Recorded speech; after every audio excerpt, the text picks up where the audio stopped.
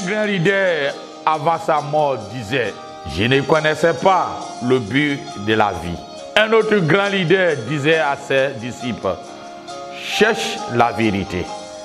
Un autre grand leader de la masse disait à ses fidèles, avant sa mort, je ne suis pas le chemin.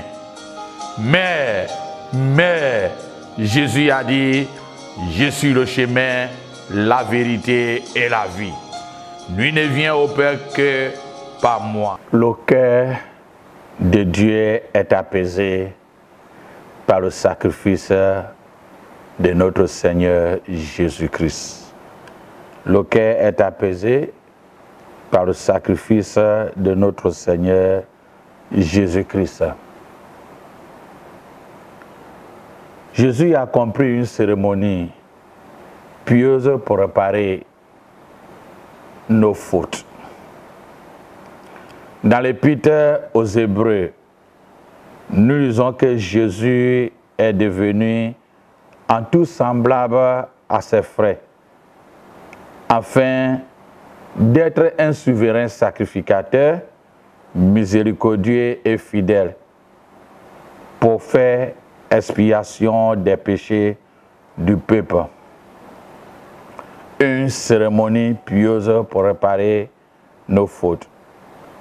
Lorsque nous lisons Hébreux chapitre 2, verset 17, Hébreux chapitre 2, verset 17, j'aimerais que nous lisons ensemble Hébreux chapitre 2, verset 17-18, il dit, en conséquence, il a dû être rendu semblable en toutes choses à ses frères, afin qu'il fût un souverain sacrificateur miséricordieux et fidèle dans le service de Dieu, pour faire expiation des péchés du peuple.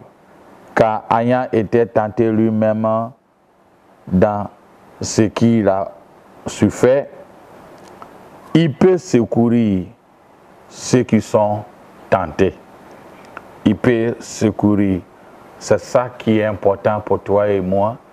Jésus, Dieu homme, est venu sur cette terre, a traversé ce que toi et moi nous sommes en traversée. Il avait eu soif, il n'avait pas un lieu à dormir, il a connu la souffrance. Il est différent des autres dieux qui n'ont pas été en contact physique avec les humains. C'est pourquoi toujours j'ai dit, la chrétienté n'est pas une religion comme aux autres qui cherchent vers Dieu, qui cherchent des voies pour atteindre Dieu. Mais c'est Dieu même qui est venu nous apprendre, pour nous instruire, afin que nous puissions savoir et connaître sa voie. C'est tout à fait différent. La religion cherche à plaire Dieu.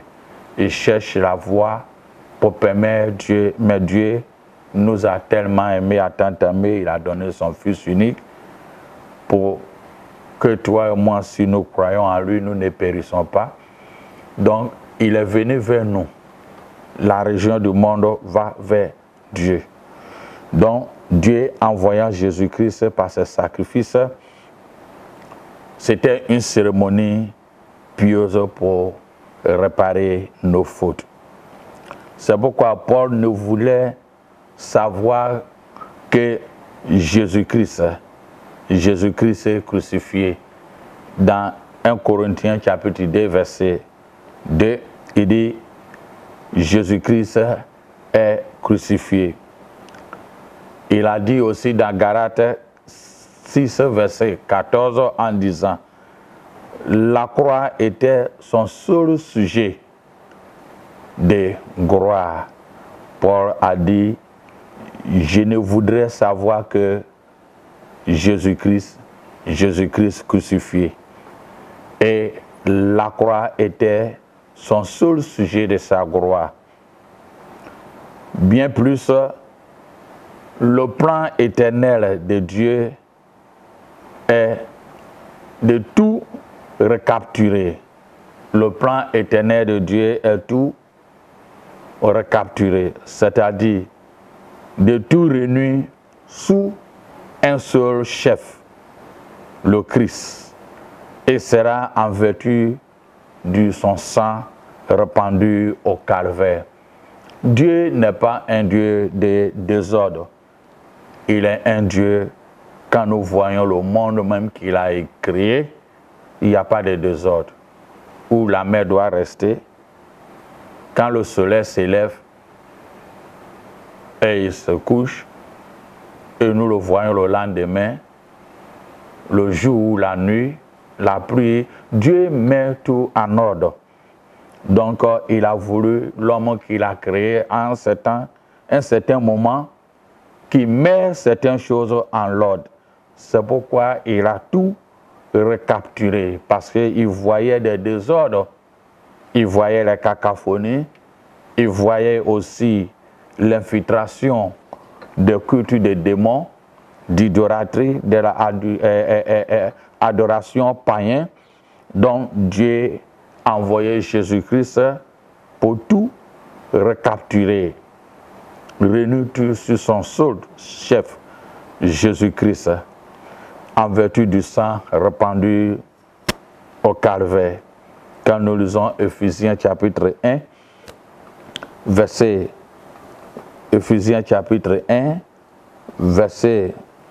7 à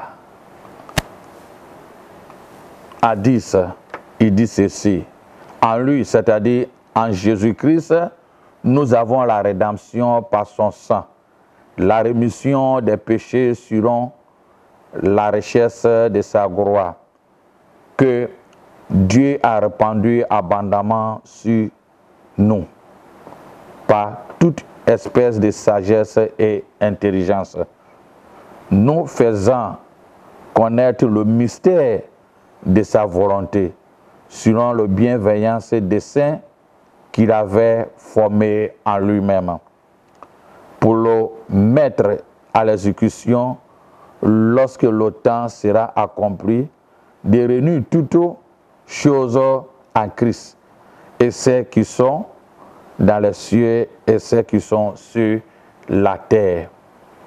Depuis la chute de Adam et Ève, depuis la chute en Éden jusqu'à la consommation finale de sa gloire, le message biblique a pour l'objet l'œuvre rédemptrice de notre Seigneur Jésus-Christ, le Sauveur.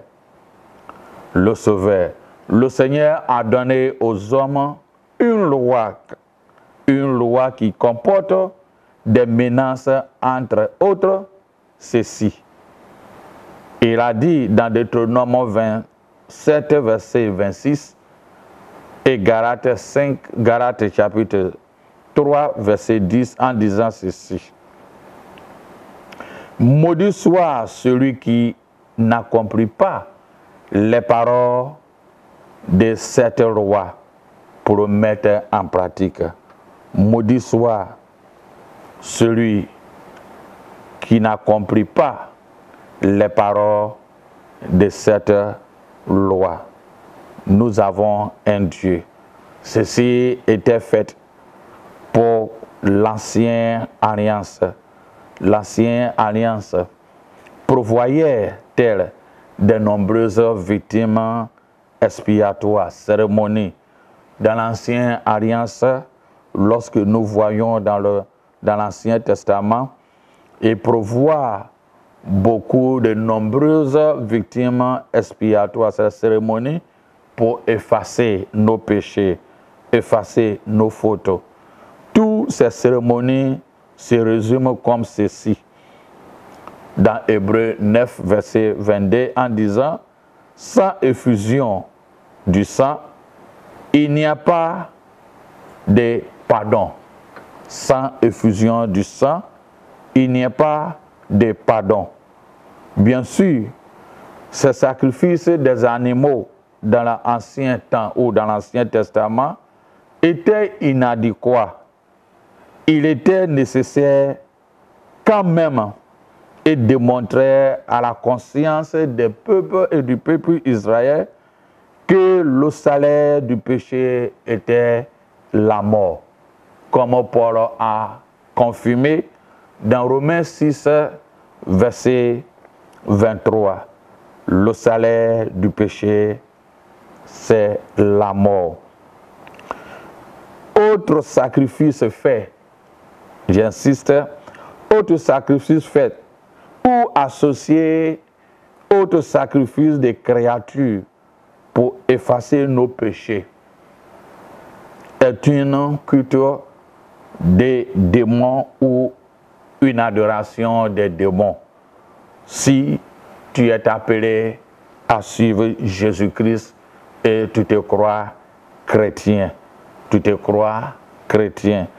Parce que Hébreu nous fait comprendre dans chapitre 9, verset 22, je répète, que sans effusion du sang, il n'y a pas de pardon. L'Ancienne Alliance ou notre Nouveau Testament, Ancien Testament montre que sans effusion du sang, il n'y a pas de pardon. Il n'y a pas de pardon.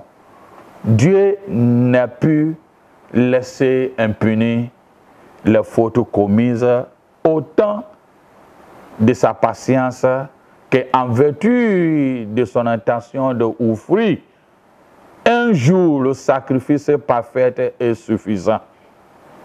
Dieu n'a pu laisser impunis les fautes. Souvent, nous croyons que Dieu est amour, on a la grâce, toutes ces choses dont on fait ce que nous pouvons faire. Mais j'ai à dire ceci, le même Dieu qui est miséricordieux dès la création, il est l'amour dès la création. C'est le même Dieu qui est le Dieu de jugement dès la création et Dieu de vengeance dès la création. Il ne laisse pas impunir les fautes commises sans une réparation quelconque par un sacrifice parfait au fait. Et dans l'Ancienne Alliance, à l'époque avant Jésus-Christ, cette condition devait être remplie pour qu'il puisse apparaître comme juste. Avant Jésus-Christ, pour être sacrifié, aller à la croix pour sauver l'humanité, cette condition devait être remplie par des sacrifices des autres créatures pour que le cœur de Dieu soit apaisé, apaisé, apaisé. Jésus lui-même, en instituant la Sainte Seine, a bien marqué son sang, a bien marqué que son sang devait être répandu pour le pardon de nos fautes. Il avait déjà indiqué, avant d'aller sur la croix, que son sang devait être répandu pour le pardon des péchés. Quand nous lisons Matthieu chapitre 26, verset 28, le salut nous a accordé gratuitement, mais il a coûté fort et cher à notre Seigneur, le Créateur de tout l'univers.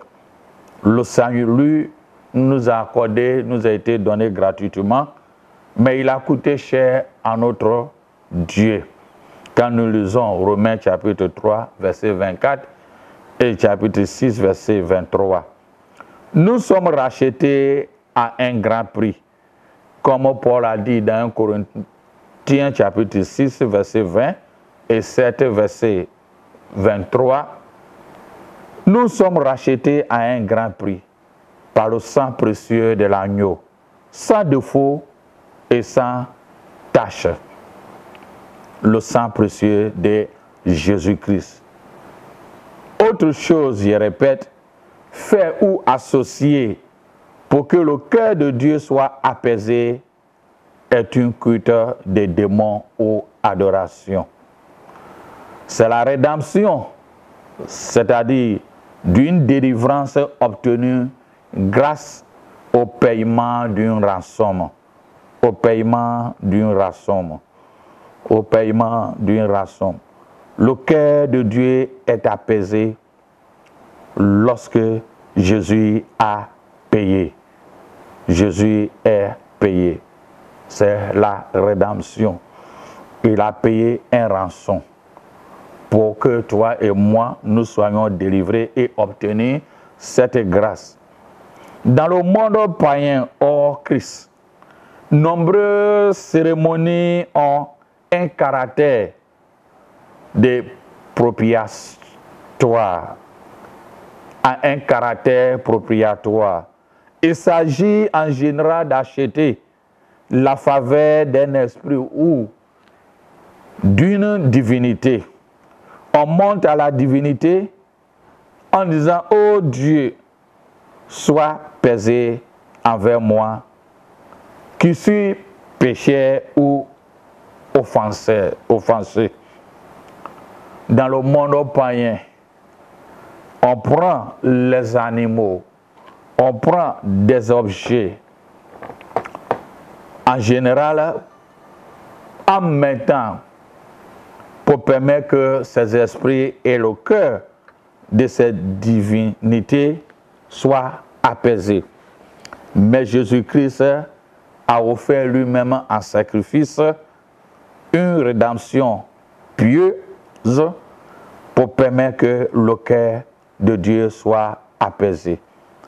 Voilà l'exemple dans Luc, chapitre 18, verset 13, où le républicain se tenait à la distance, n'osait même pas lever les yeux au ciel, mais il se frappait la poitrine en disant « Oh Dieu, sois pesé envers moi qui suis un pécheur. » Le cœur de Dieu fut apaisé sur le sacrifice de Jésus-Christ à la croix. Pas de sacrifice, quoi que ce soit, hors de Jésus-Christ. Hors de Jésus-Christ. Et je répète, autre chose faite ou associée pour que le cœur de Dieu soit apaisé à nos fautes ou à nos péchés est un culte des démons ou une adoration des démons. Psaume 106, verset 39 dit « Ils se suyaient pour leurs œuvres, ils se prostituaient par leurs actions. Notre Seigneur Jésus-Christ est un moyen de propriation pour nos péchés, est un moyen de propriation, est un moyen par lequel le cœur de Dieu est apaisé pour nos péchés. Non seulement pour nous, mais pour ceux aussi du monde. Romains 3, verset 25, il dit « Celui que Dieu a destiné par son sang à être pour ceux qui croient victimes propriatoires, afin de montrer sa justice. Le cœur de Dieu fut apaisé sur le sacrifice de la croix, sur le sacrifice de la croix. Jésus a expié nos péchés en substituant à notre place la peine que nous aurons méritée. Les sacrifices de l'ancienne alliance, comme d'ailleurs beaucoup de ceux offerts dans le cadre, dans le monde païen, hors de Jésus-Christ, repose sur ces principes. L'agneau pascal est immolé en lieu et place du Fils aîné, comme Exode chapitre 12, versets 21 à 23. Des sacrifices pour le péché, pour que le péché de l'homme soit effacé ou le cœur de Dieu soit apaisé On présente un agneau, comment Exode nous fait comprendre, en offrant un sacrifice pour que le corps de Dieu soit apaisé, et des sacrifices de cupidité. Le prophète Ésaïe reprend ce thème où l'Ancien Testament, les cérémonies qui passaient instituant avant que Jésus aille à la croix, il a dit ceci: l'Éternel a fait tomber sur son serviteur Jésus-Christ l'iniquité de nous tous. Et son âme est livrée comme péché, c'est-à-dire akam, sacrifice de culpabilité. C'est ainsi qu'il a justifié beaucoup d'hommes en changeant de leurs fautes. Christ a fait tout cela pour nous. Donc, si tu fais partie et tu crois et tu t'appelles chrétien, sache que tout sacrifice, en dehors du sacrifice de Jésus-Christ, en substituant par des créatures pour nos péchés, est un culte des démons ou une adoration démoniaque et païen. De même idée est exprimée par l'apôtre Paul lorsqu'il a dit que notre Sauveur a été fait péché ou sacrifice pour nos péchés, pour nous, afin que nous devions en justice de Dieu, afin que nous devenions en lui justice de Dieu. Dans 2 Corinthiens, chapitre 5, verset 23. Ailleurs, il est écrit que Jésus-Christ nous a rachetés de la malédiction de la loi, en devenant malédiction pour nous. Comme Paul a exprimé dans Galates 3, verset 13. Je répète encore, auto-rachat fait associant au sacrifice des créatures pour que nos péchés soient pardonnés, en substituant pour que nos péchés soient pardonnés, est un culte des démons ou une adoration des démons. Si nous voudrons la vie, la rédemption, le péché d'être pardonné, alors il n'y a rien d'autre que le sang de Jésus qui est répandu sur la croix. Donc, attacher autre chose comme des cérémonies pour faire apaiser le cœur de Dieu, sache que c'est une idolâtrie pure, païen, diabolique, un culte des démons. Dans Matthieu 28, 20, verset 28, il dit ceci: le Fils de l'homme est venu donner sa vie en rançon pour beaucoup. Ainsi que Marc 10, 45. La notion de rançon implique qu'il est substitué à nous. Il s'est fait rançon. D'ailleurs, nous lisons qu'il s'est donné en rançon, comme 1 Timothée 2, verset 6. Pour tous, et encore que nous ayons été rachetés à un grand prix. Rachetés à un grand prix. Autre rançon par rapport à ce que Christ a fait, bien-aimé, c'est une culture démoniaque et une adoration du diable.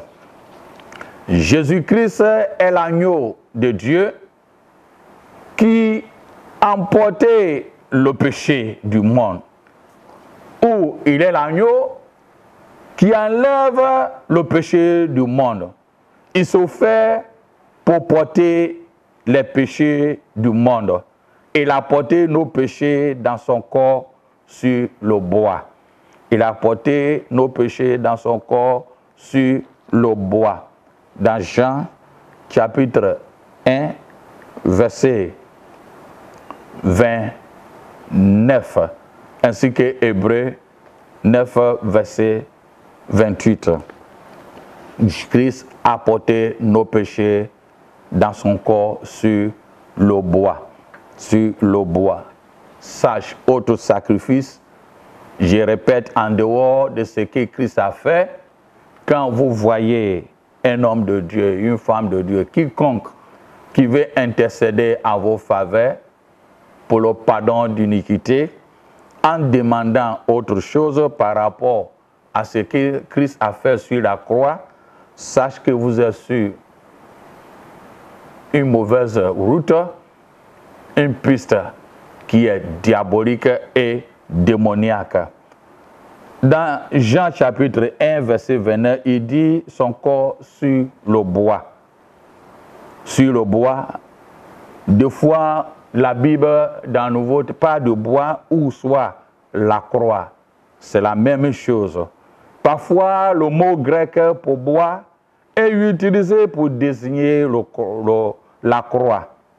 Le mot zilou, qui signifie bois, apparaît au total 20 fois dans le Nouveau Testament. Ce qui font référence à la croix de Jésus-Christ. Zilou est interprété dans le mot grec, soit bois ou soit croix. Jésus a été crucifié sur la croix, pas sur un arbre.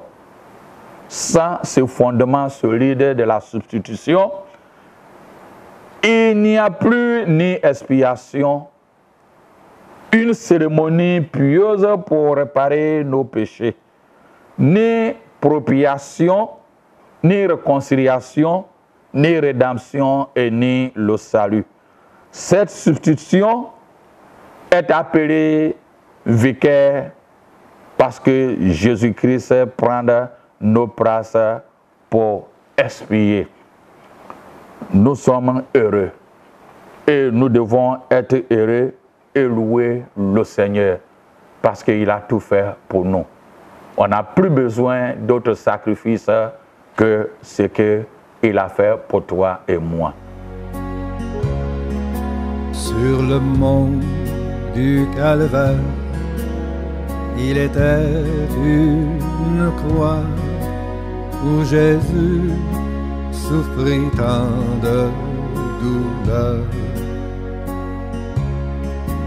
Oui, c'est là qu'il mourut sur cet infâme bois pour sauver le plus vil des pécheurs. Cette croix me sera toujours chère. Elle est gloire et victoire pour moi. Et par elle, dans la maison du Père, la couronne est offerte à ma foi.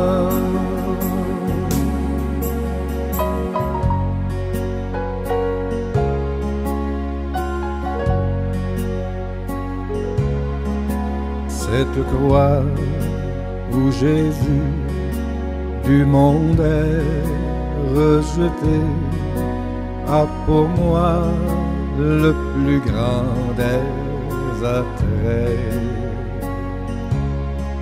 C'est là que Saint Agneau, mon sauveur, a porté mes fardeaux, mes douleurs, mes forfaits.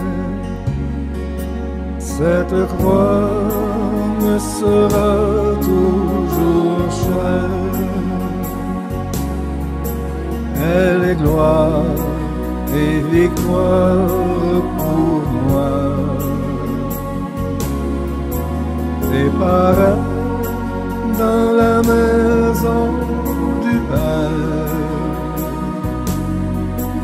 la couronne est offerte à ma foi. grand leader, avant sa mort, disait, je ne connaissais pas le but de la vie. Un autre grand leader disait à ses disciples, cherche la vérité. Un autre grand leader de la masse disait à ses fidèles, avant sa mort, je ne suis pas le chemin. Mais Jésus a dit, je suis le chemin, la vérité et la vie. Nul ne vient au Père que par moi.